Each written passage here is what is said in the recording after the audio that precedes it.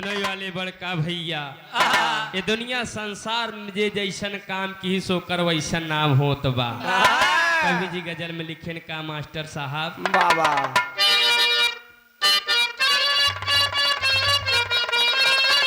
ये हमारे गुरुजी स्वर्गीय राम कला सहदो जी गावत रहे कैसे कि एक बात मोरी सजनी आज दुनिया में नहीं आ लेकिन याद ताजा हो याद का बाबू बाबा कि एक बात मोरी सजनी गठिया लाया चरिया में एक बात मोरी सजनी गठिया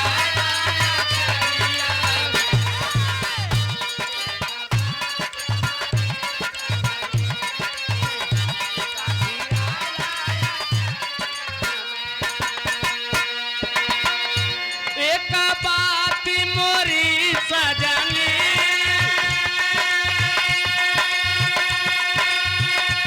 गठिया लाया चरिया में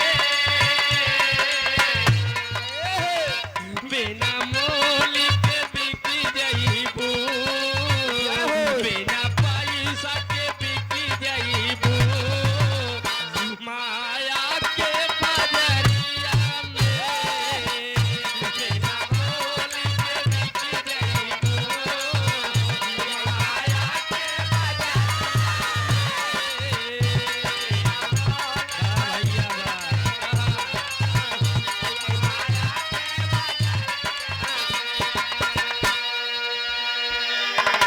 एक बात मरी सजनी गठिया ले अचरिया में कहाँ बिना मोल के बिक जइबू माया के बजरिया में लेकिन भाव में कवि जी लिखन का बड़का भैया बाबा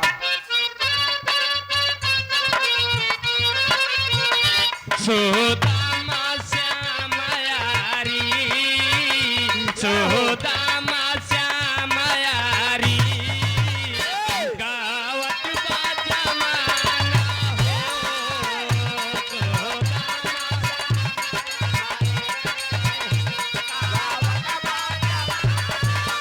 भैया भैया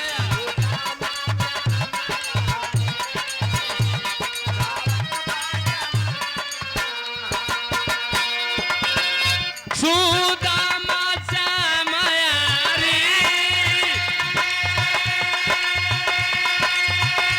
गावत बा जमाना हो दो दिल का नहीं ये तो दो दिल का नहीं ये तो याराना पुराना हो दो दिल का नहीं ये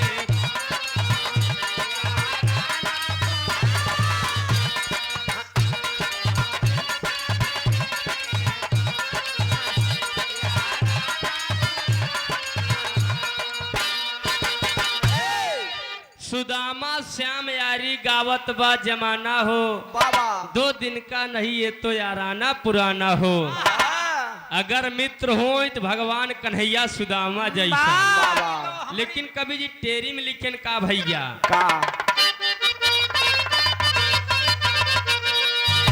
भगत के बस में श्यामू बस गए भैया भगत के बस में श्यामू बस गए रामा रामा रामा रामा यार मोरे रामा भगत के बस में श्याम बस गए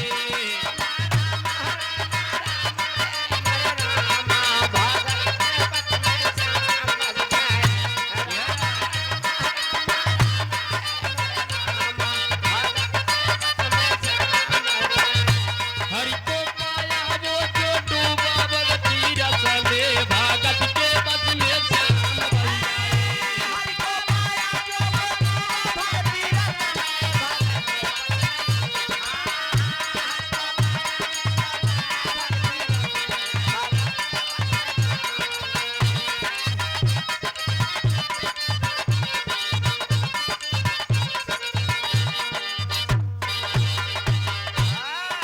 हरि को पाया वो जो डूबा भक्ति रस में दुनिया संसार में जे जेकर पूजा की सी उनकर बड़ा नाम होत बा। कहानी के शुरुआत से बा, आप सब गौर करिए बड़का भैया।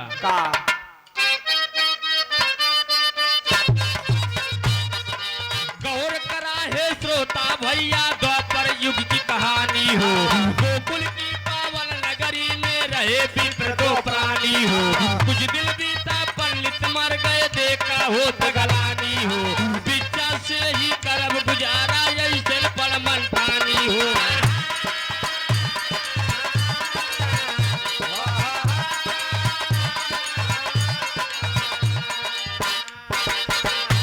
कहानी बा द्वापर युग के। गोकुल नगरी में पंडित और पंडिताइन दोनों जने अपन जीवन बितावत हैं। धीरे धीरे समय बीतिया, सुनने वाले बड़का भैया एक औलाद नाई बाटेन। ओए मालिक ओए परमात्मा का बड़ी भक्ति करता हाँ प्रभु। अगर हमारो एक लड़किया होते, हमारो बुढ़ाई पार हो जात, हमारा परिवार आगे बढ़त। लेकिन जो ने जीवन में लिखा बा, कर्म में लिखा बा, ओका बाबूजी केहू मिटाए ना पाए। बड़ी भक्ति भाव भजन करत हैं, लेकिन लड़कियां नाई बाटेन। धीरे धीरे समय बीतिया, एक दिन पंडित महाराज दुनिया छोड़ के चला गए। जब पंडित महाराज दुनिया छोड़ के चला गए, पंडिताइन बड़ी रोवत है, ने मालिक ए परमात्मा, हमार स्वामी दुनिया छोड़ के चला गए, हमार जीवन कैसे बीते। गोकुल नगरी के लोग पंडित जी के लाश ले आई कि यमुना नदी के किनारे अंतिम दाह संस्कार केहन। धीरे धीरे समय बीतत बा ये बड़का भैया। पंडिताइन गोकुल नगरी में भिक्षा मांग के अपन जीवन बितावत हैं। कुछ दिना बीता, एक दिना मन में विचार केहन, अगर हम रोज रोज ये गोकुल नगरी में भिक्षा मांगे जाप, ये गोकुल नगरी के लोग हमका कभू ताना मार दई हैं। जब हमके ताना मार दई हम सही ने पाओ बे बड़का भैया हो। यह बतिया सोच के पंडिताइन गोकुल नगरी छोड़ के चल दी दूसरे गांव में। जब दूसरे गांव में भिक्षा मांगे जाते होत का बा मास्टर साहब, एक लाइन तर्ज बा, तर्जिया बड़ी पुरान बा।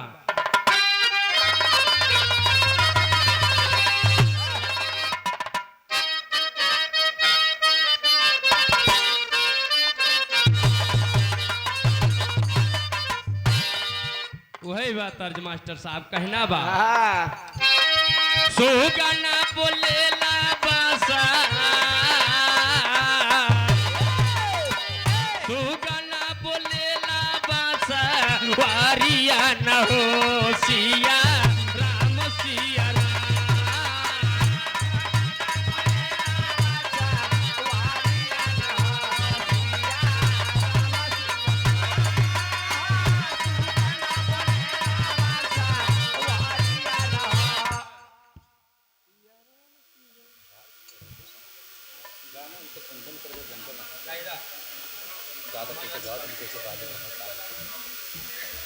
ग्राम सभा कैरा की पवन माटी से समाजवादी पार्टी के क्रांतिकारी सिपाही,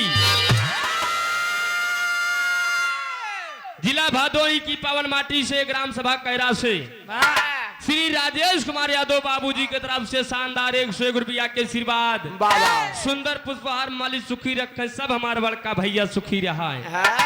इतर जा लेकिन भाव में कवि जी लिखेन का, पंडिताइन भिक्षा मांगे चल दिन होत का बा। 5 दिन बीता श्रोता भाइया न हो नाही भिकिया बेटा।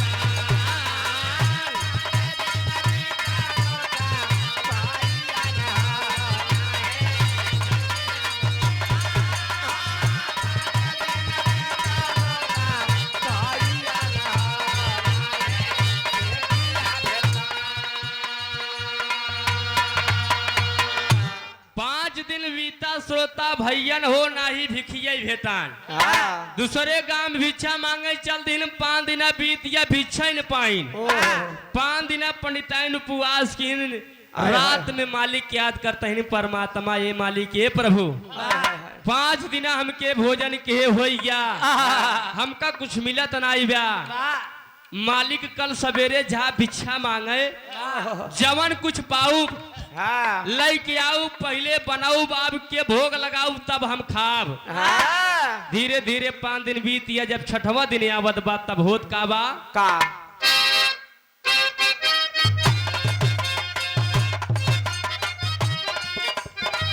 छठा ये दिल तिल मुठी चालवा के पाई के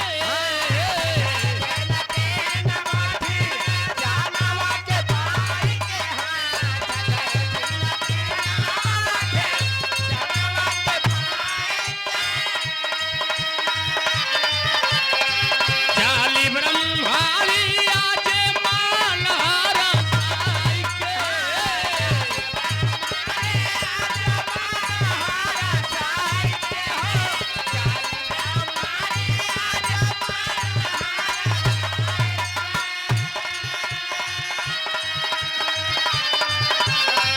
प्रभु के खियाई बपूजी, प्रभु के खियाई बपूजी, पाइया न हो नाही बिकिया बेटा।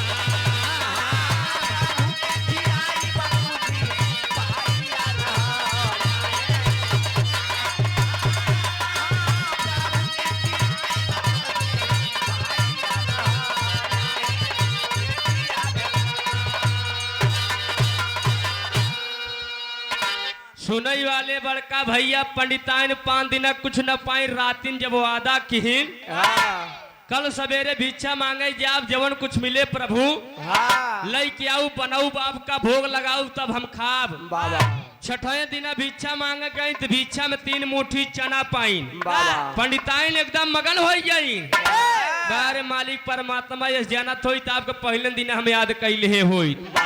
वह 3 मुट्ठी चनवा लेके पंडिताइन अपने घरे आवत ही, बाबा आवत ही तो शाम हो गया, हाँ रात हो गया। ए कहे जाए तो जैसे 5 दिन उपवास के रात भर के बात और बा, हाँ सवेरे बढ़िया से नहाई के बनाई के मालिक के भोग लगाऊ तब खाब। वह 3 मुट्ठी चनवा गठिया के अपने वही मड़ही में रख दी कुटिया पे, वाह और यारी 4 पाई बिछा के पंडिताइन लेटी यही। रात में जब नींद लागत बा तो पंडिताइन की कुटिया फोद का बैकलाइन तर्जबा मास्टर साहब का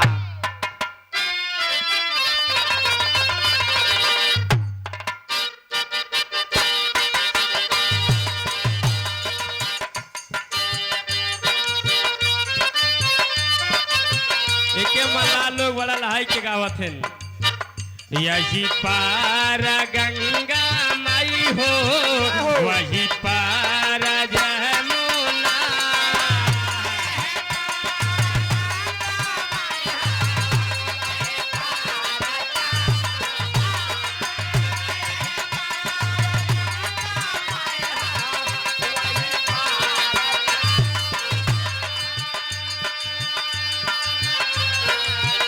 यही पार गंगा माई हो वही पार जमुना, बिचावई में के वटा मोरा रजो तेरा डरले हो।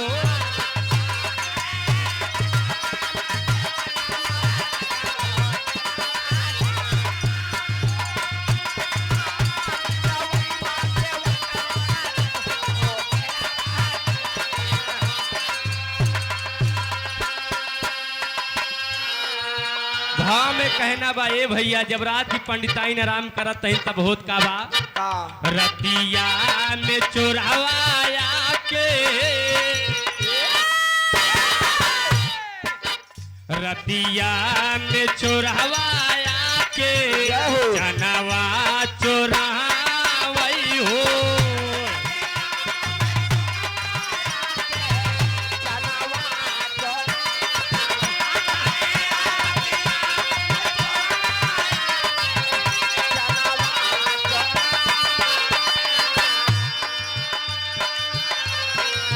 रतिया में चोरावाया के जनवा चोरावई हो, बुढ़िया के निदिया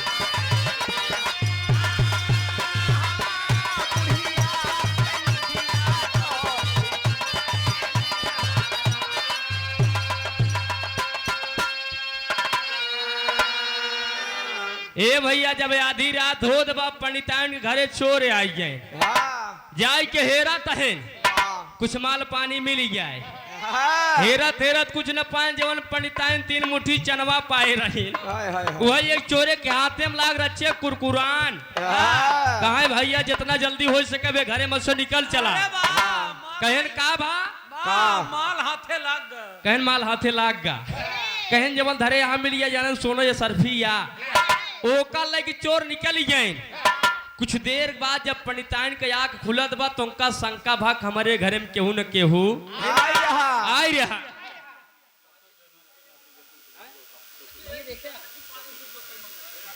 डॉक्टर जयनाथ जी के नाती हाँ अतुल गौतम भैया के तरफ से 201 रुपया के आशीर्वाद माली सुखी रखे पंडिताइन ले बड़का भैया डिबरी बार के घरे में का भैया ही बा जाए कुहे चना हेरती है घरे में से चना गायब कहा अरे बाप रे बाप बतावा 5 दिन उपवास के मालिक के याद के छठे दिन 3 मुट्ठी चना पाई वो रात में चोर चोराई ले गया पंडिताइन राती कहीं शराब देता ही देसी की अंग्रेजी पंडिताइन शराब देती हैं तो का सब कना देती अंग्रेजी जे उनका चनवा लगी उनका देता ही देत का बाटी बड़का भैया का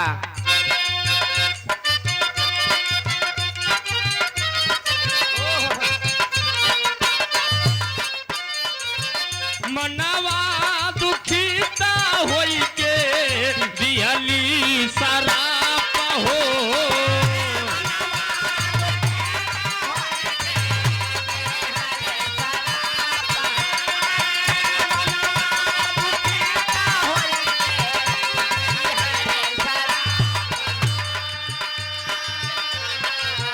चनवा जे खाई उदरिद्र होइया हो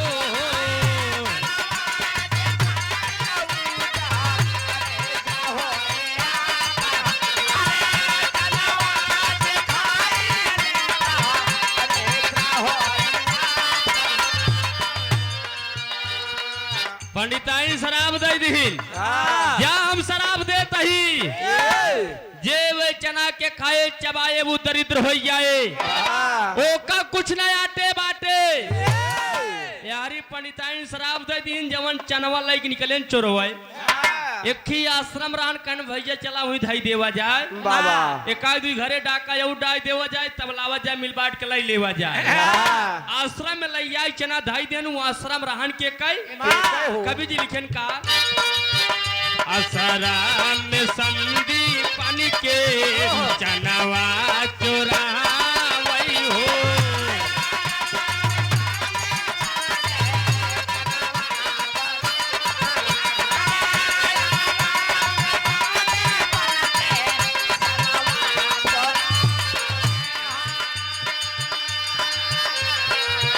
आश्रम में संदी पानी के चनवा चोरावई हो के करत कदिरिया रूट गईले हो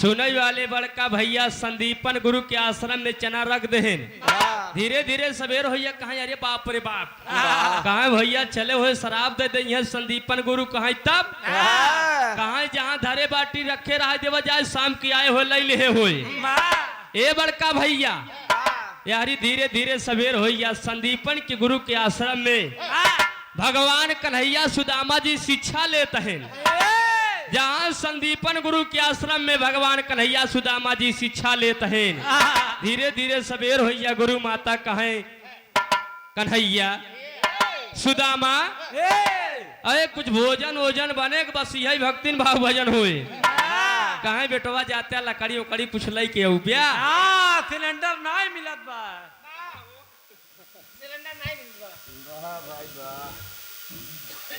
इसी पावन माटी से आप परम सम्मानित जन जन में सम्मान पाने वाले राजेश कुमार मौर्य जी बाबूजी की तरफ से सुंदर पुष्पहार 101 रुपया के आशीर्वाद माली सुखी रखा है सुनने वाले बड़का भैया हो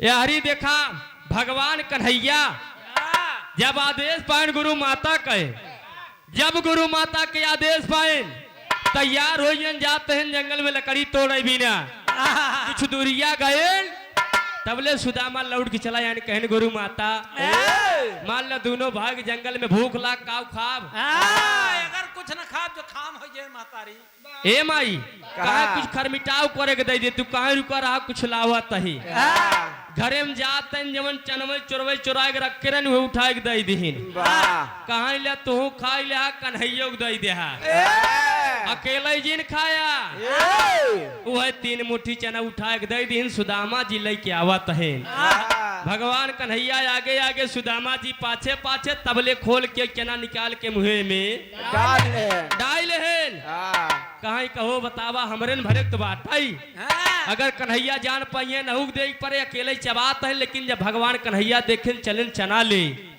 वही समय माई शारदा भगवान कन्हैया के जीप पे विराजमान ए कन्हैया कहाँ खबरदार कहाँ वो चना छुआ जीन खाए के बाद छोड़ा तू जानी नहीं पाया कहाँ पंडिताइन शराब दे जब चना के खाए चबाए वो दरिद्र हो जाए तार मित्र सुदामा अब दरिद्र हो जाए अरे बाप रे बाप इतनी बात जब भगवान कन्हैया सुनन कहा धन्यवा मातारी आज ये बचाई लू लेकिन अब करे का अब तो सुदामा जी गलती कर चुका हाँ भगवान कन्हैया पेड़े चढ़ के लकड़ी तोड़त है सुदामा जी लकड़ी बीनत है तब भगवान कन्हैया कहन लावा अपने मित्र से पूछी का बतावत है लाइन तर्जबा बिरा एकदम करीब में बा बाबा आप परम सम्मानित जन में सम्मान पाने वाले जो कि पर्चे के मोहताज नहीं है विराह के अगुआ बाबा श्री सुदामा पाल कवि जी की तरफ से 101 रुपया के आशीर्वाद गुरु जी के चौड़ों में बार बार प्रणाम बा कहना का बाबल का भैया बड़ी पुरान तर्जबा एक बड़ा लहाई के गाँव स्वर्गीय गुरु हैदर अली जी गाँव कैसे भैया आय हाय हाय हाय बाद में कहना का बा अरे राम झकोरा मारई झूलनी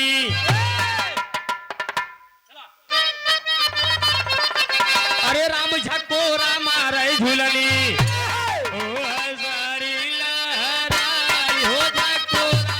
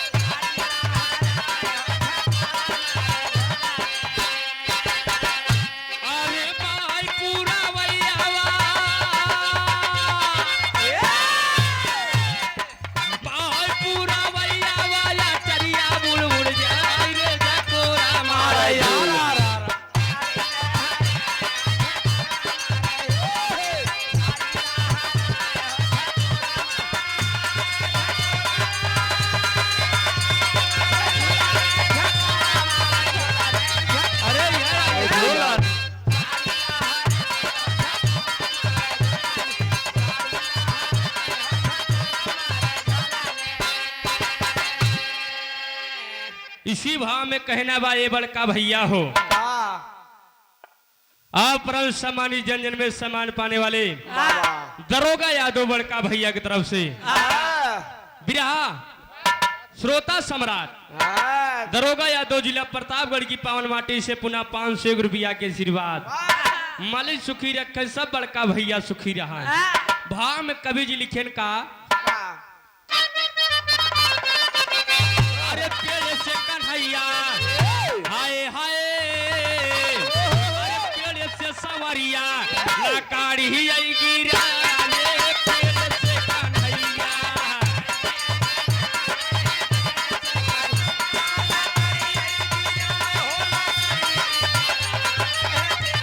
कन्हैया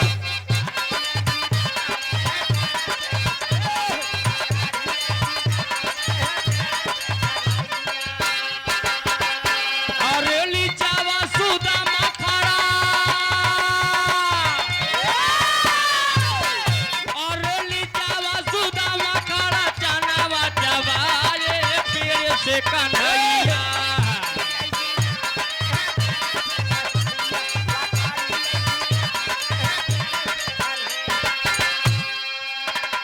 ए भैया चना अकेले ही चबात हैं सुदामा जी भगवान कन्हैया बोल पड़े मित्र सुदामा।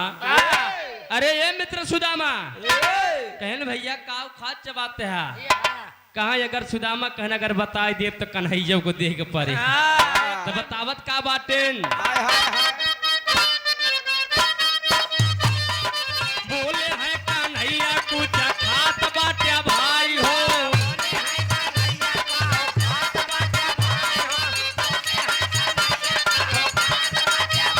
अरे काचन सुदामा मोरा दाद कड़कटाई हो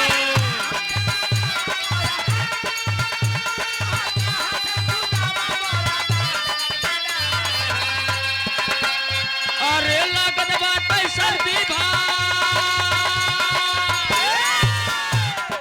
लागत बाटे सर्दी भाई साला ही जाए पेड़ से कन्हैया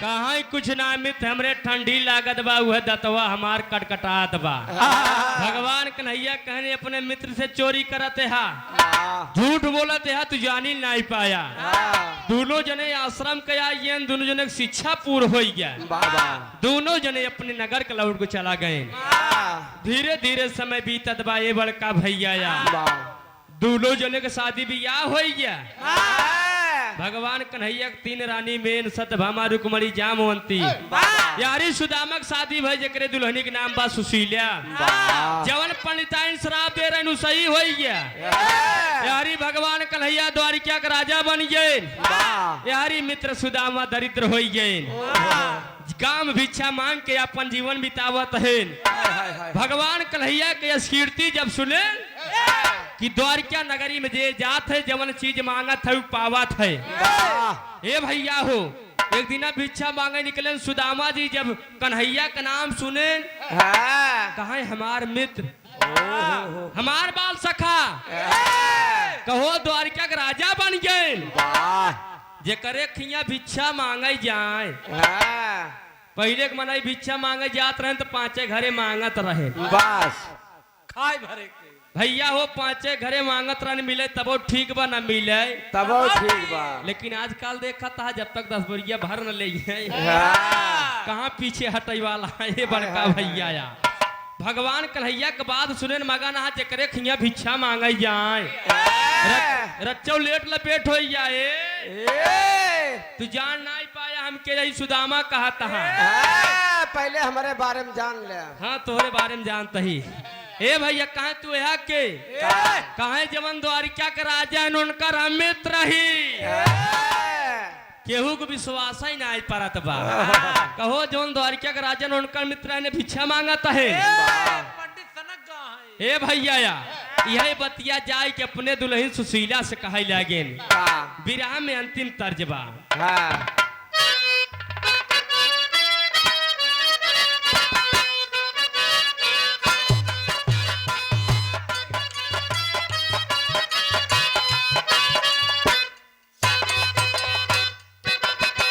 तर्जबा भैया माई कहाई की बेटी नियर बिया भई हो माई कहाई की बेटी नियर बिया भई हो मकई कहाई की बारी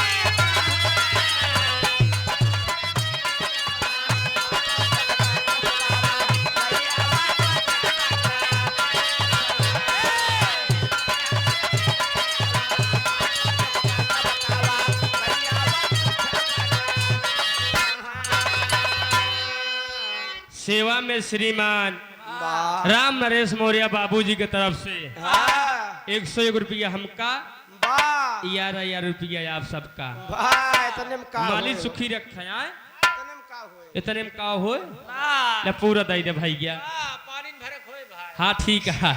सुनने वाले बड़का भैया हो, कहे जब तक द्वारिका जाबे न तब तक दुल्हा हमारे तोहा गरीबी दूर ना होए? ना होए। हाँ, कभो कभो दुल्हनी कहा माने को चाहिए। हाँ जैसे सुदामा जी दुल्हनी की बात मान के कहन जात ही काउ लेके जाई। वाह 3 मुट्ठी चावल दे दिन गठिया कहे जाए ये दे दा कन्हैया के सब जान यही है। हाँ, सुदामा जी आए ये ने बड़का भैया वाह, द्वारिका के जब आवत है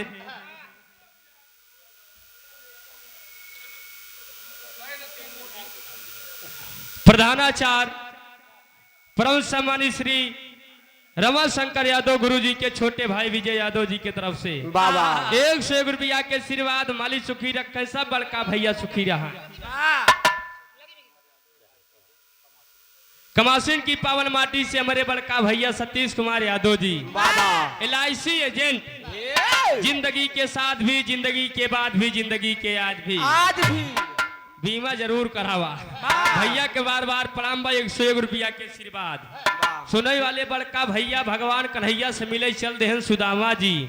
जब द्वारिका नगरी के पहुंचा तहन हाँ, द्वारिका नगरी बगलियम देखा एक ही नदी बहत बा, जौने नदी के नाम बा गोमती नदी। वाह उन्हीं गोमती माई से हाथ जोड़ के सुदामा जी बड़ा विनती फरियाद कराता है। कहना का बा मास्टर साहब, का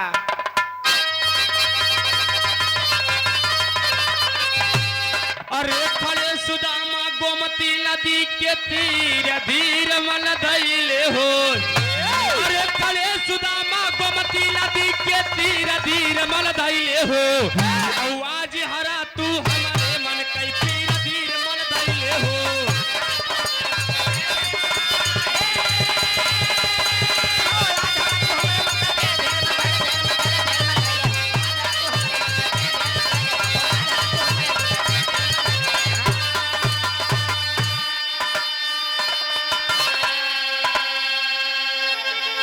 खड़े सुदामा गोमती नदी के तीर धीर मन धैले हो। आज हरा तू हमारे मन के पीर धीर मन धैले हो। का बा भैया, अरे प्रगट हुई गोमती माता अपनी माया फैलाई हो। अरे खत्म हुई सुदामा तन से दारिता पर छाई हो। अरे मन पर चल हुए दुख के या धीर धीर मन धैले हो। आज हरा तू हमारे मन के पीर धीर मन धैले हो।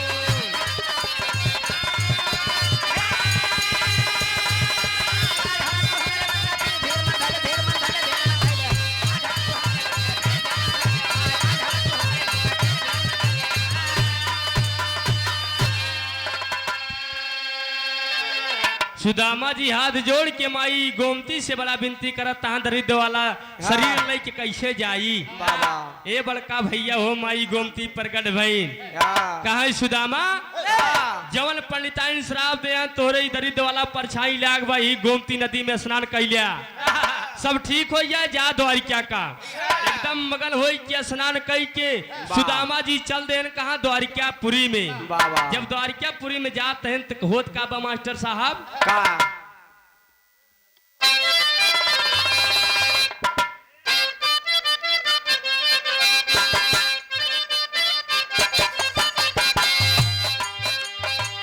बचपन के याद मूसा काट जात पारे भैया।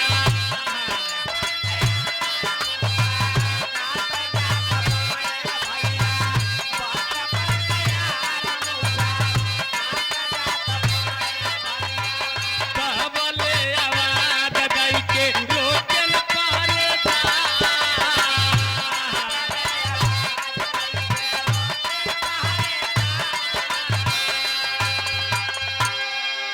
सुनई वाले बड़का भैया, का यारी सुदामा जी चला जाता है जे मिला तहा नहीं से पूछा तहा। हाँ, सेवा में श्रीमान गया प्रसाद गुप्ता जी बाबा बाबूजी की तरफ से 101 रुपया के आशीर्वाद।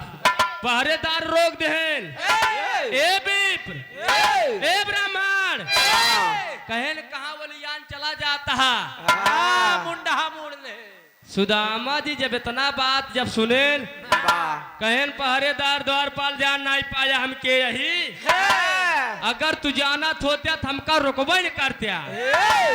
कहन के आ भैया कहा जवने द्वारिका के राजा ने उनकर मित्र ही, जब कहन जवन द्वारिका के राजा ने उनकर मित्र ही सब तारे से लेके ऊपर तक पहरेदार देखा था। कहा बतावा पाम खड़ाऊ ना आई ब्या, आधा धोती पहने आया आधा लपेटे फाट बा। कहे द्वारिका राजा के मित्रन हम नहीं मान सके जाई नहीं देता है। सुदामा जी बड़ा उदास हो गए, नाक से झरझर आंसू गिरत बा। कहा अपने दुल्हन के रोकत रहे लेकिन हमार दुल्हन नहीं मानीन। हाथ जोड़ के द्वारपाल से कहत मास्टर साहब कहना बलाइन चेंज हो गया।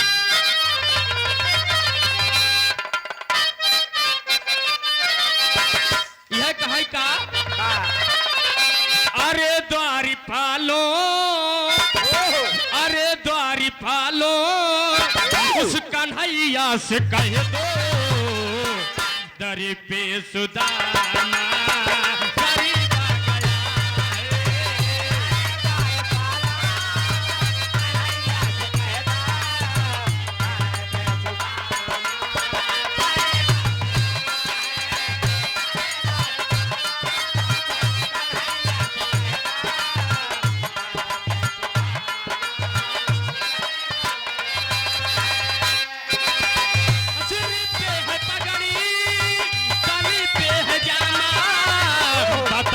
कन्हैया से नाम है सुदामा।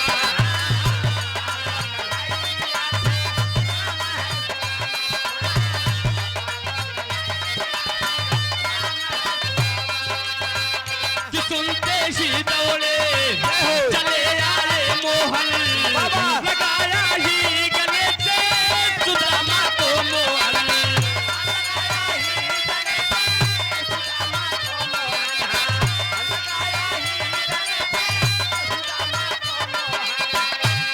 अरे एक बारी मोहन, अरे एक बारी मोहन से जा करके कह दो दर पे सुदामा गरीबा।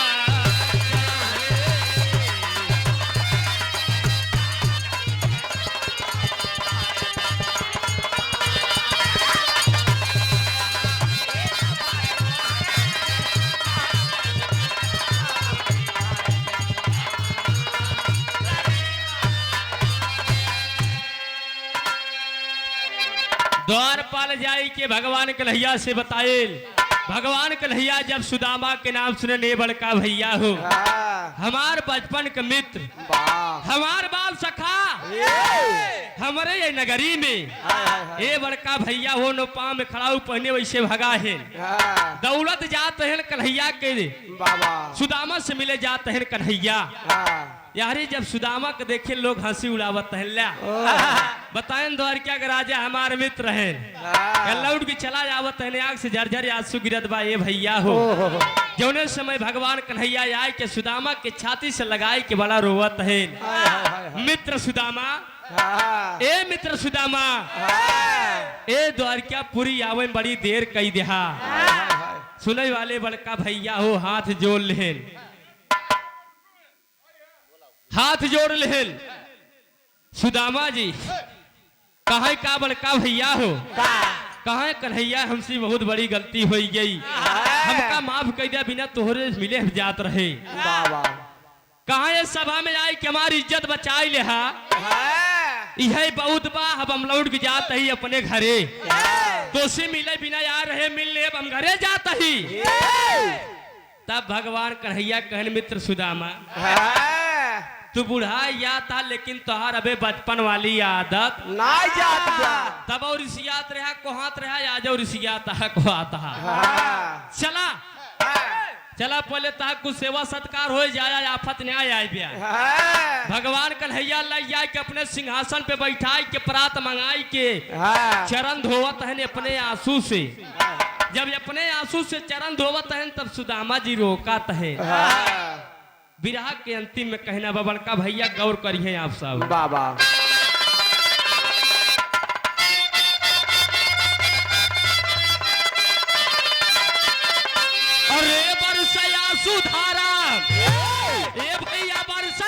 सुधारा अरे जैसे सावन के झड़ी कि धोवई आंसू से सुदामा कई चरनवा हरी।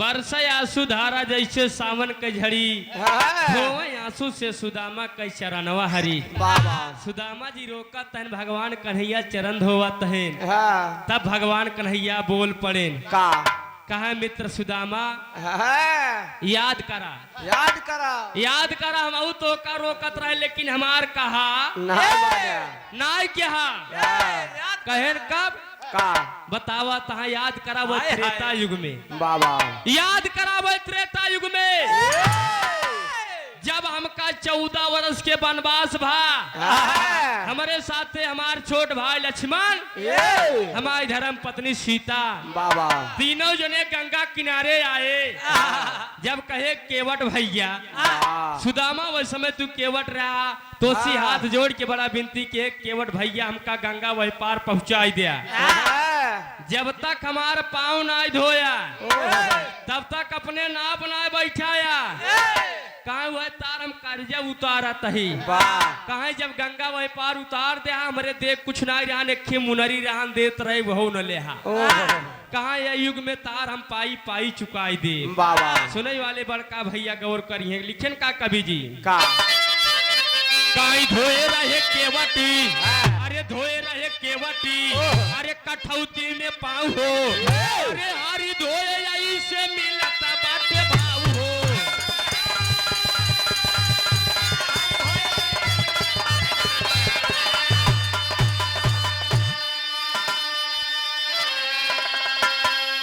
अरे दुई मुट्ठी चावल खाके अरे दुई मुट्ठी चावल खाके अरे दिहले रतन जड़ी कि धोवई आंसू से सुदामा के चरणवा हरी। दुई मुट्ठी चावल खाए के दुई लोग दई देहन के का सुदामा जी के पूरी गरीबी उनके दूर हो गया। ए बड़का भैया हो का कुछ दिना बीता सुदामा कहाँ अब लावा घरे चली हमार लड़के मेहरारू धोवत हुई है यही सुदामा से ए बड़का भैया का कन्हैया से आज्ञा ले गए सुदामा जी कहा ठीक बा सवेरे जाया भगवान कन्हैया कुछ देन पूरी रास्ता केवल भगवान कन्हैया के कोसत है हमार दुल्हन कह रही जा ये चवलवा दे दिया सब जान गई है आवत का ये का गोरिया गेहूं चाउर दे दी कुछ न दे जे बचपना में सब दिन के घरे चुरा के खाए वो हमका काव दे है अरे कुछ न देते ना आलू दे देते तो का ना हाँ कचालू चालू खा के भैया या और यारी देखा भगवान कन्हैया विश्वकर्मा महाराज के भेज देन जा सुदामा जी कितना बढ़िया घर बनाया इतना बढ़िया महल बनाया कि लोग देखा तो देखता ही रहा है। विश्वकर्मा महाराज पहुंच गए सुशीला का लगे कहा कन्हैया भेजे यहाँ तहार घर बनवाई बा कहा घर हमारा अकेले बनवाई बा कि गाँव वाले के बनवाई बा कहा अकेला ही बनवाई बा कहा तब हम घर न बनवाऊ हमार स्वामी जी ये गांव में भिक्षा मांग मांग के हमका सबके जिगायन खवाएन अगर हमार घर द्वार बन जाए तो गांव वाले हमका ताना मारी है ई बिना जा कन्हैया से कह दिया पहले पूरा गांव वाले के घर बनाई दे तब हमार घर बनवाई। बाहरे नारी के सोच पहले के नारी की सोच आजकल नारी की सोच देखत है सुनई वाले बड़का भैया हो बारे नारी के सोच सुशीला ए बड़का भैया भगवान कन्हैया इतना बात सुने मगन हो गए कहाँ जा जैसे सुशीला भाभी कहा तहन घर बनाई दिया पूरा गांव वाले के बढ़िया से महल बनवाइन तब अपन घर बनवाइन यारी जब सुदामा जी आवत तहन घर द्वार देखे पूरा बदला तब नारी सुशीला दासी भेज के कहा जा हमरे दुल्हा के बुलाई ले आवा धन्य होय भगवान कन्हैया बाबा मित्र होय सुदामा और कन्हैया जैसन द्वापर युग के बाद कलयुग में बड़ा चर्चा चलता बा अगर मित्र मिले दोस्ती निभावत कन्हैया और सुदामा जैसन कि तो हमारी तोरी खान हाँ तो जानता ये भैया यार ये दुनिया संसार में जैसे काम करबा बाबूजी वैसे नाम होए बाबा। सुदामा जी भगवान कन्हैया के कीर्ति दुनिया गावत बा हाँ। गुरु घराने के परिचय में कहना बा गायिका जी के नंबर बा बाबा। राम हित गुरु सीताराम वाह। राम हित गुरु सीताराम हाँ। महल बनाया आलीशान ए! नारी सुशीला दासी भेजी ओह। न सकी पहचान ए! भगत के बस में श्यामू बस गए भगत के बस में श्यामू बस गए अरे गावई देवेंद्र यादव गुरु चरण के रतन भगत के बस में श्यामू बस गए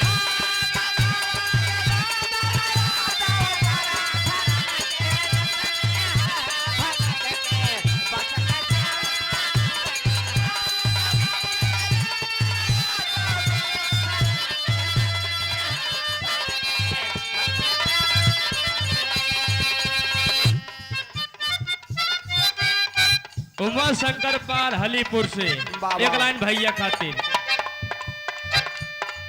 लाले लाले वो ठावा से ओह। लाले